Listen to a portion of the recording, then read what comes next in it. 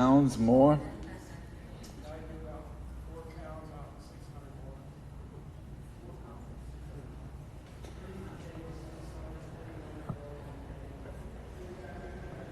So LEDs definitely have the ability to grow good plants. Is that a soil grow? Sunshine mix, 10-gallon grow bags, and Dynagrow plant food, high intensity LED light from Green Applied Sciences, and so good food, good light.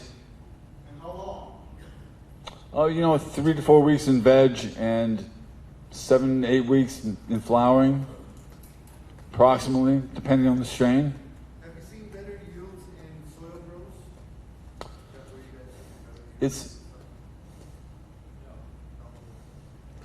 Organics don't work on a short crop cycle. So what we found is having the nutrients available let us have a... Here, Joe. We have a 3-week veg time, and when we hit our veg time, we're totally in control of the amount of nitrogen, phosphorus, and K potash that are entering the plant container, or let's just say the medium. When we used organics and tried to use a lot of beneficial endos and ectos, enzymes, to break down our organic matter into inorganics for the nutrients to be absorbed into the roots, we couldn't program our organics to stop the nitrogen at the right time. So when we were having a long runoff of nitrogen before it was gone, we were getting elongation of the internodes. We were growing more stems and leaves because of the organics. Now, if you're outdoors and you're following Mother Nature, organics work really well because you have a slow transition from flower. Your bud set is a slower function. But as we're in an indoor container growing, I don't see the benefit of having a lot of nutrients left in there breaking down when we don't need them. So having total control of your veg cycles, and when you go to trigger your plant on a gradual trigger or an overnight trigger, with having the nitrogen at the right level at the right time, the phosphorus and everything in balance with your micronutrients, you can control that effective growth zone of an artificial light. The best way I can explain it, and Dan would do it as well, is if you stand on a ladder with a light meter, we're going to get the same measurement of light at the top of the ladder or the ground from the sun. An artificial grow light has an effective range of about 2 feet. Inverse square law takes over, and you're getting less energy at the bottom, a greater source of energy at the top, and it confuses the plant's photomorphogenic function. All right? You're very welcome. Great. Thank you, Joe. Appreciate your input on that.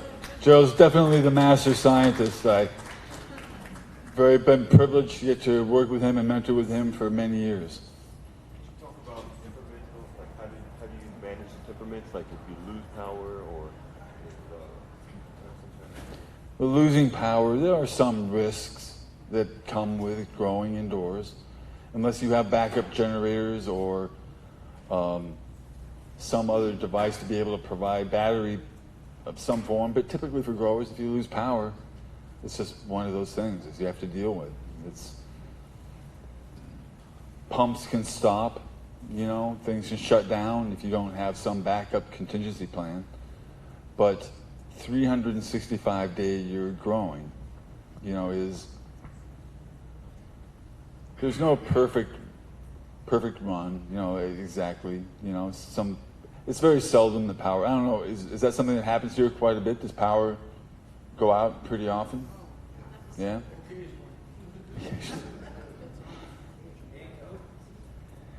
Well, all we can do is the best we can with what we have and the tools we have, and there are circumstances beyond our control that will come up in life, outdoors, indoors. It's outdoors, you're at the mercy of Mother Nature, rain, and bugs, and any dirt, anything blowing in the wind. And then smoking that, things that stick in those trichomes. And that's something that Gerald touched on, was not leaving food in the plants. Plants are very efficient at taking up nutrients and holding it in the leaf. So if the leaf is green, there's food in that plant. So what we want is that leaf to be yellow and gnarly and falling off the plant. Then we know the plant took all that food it had metabolized and took it and used it, and the leaf just falls off. So you can give a plant water for the last few weeks. You don't need to give a plant food right up until the last day, which is something Gerald was touching on. That more food, more light, more additives isn't better. It's actually causing more harm than good. Because that food that's left in the plant is what you'll be smoking if you leave it in the plant. So, question? Yeah, my question regards to CO2. Is there a time when it's too soon or too late for that, or do you run it consistently through?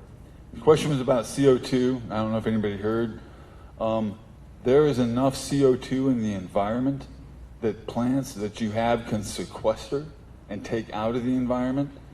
We don't need to dump more CO2 into the environment.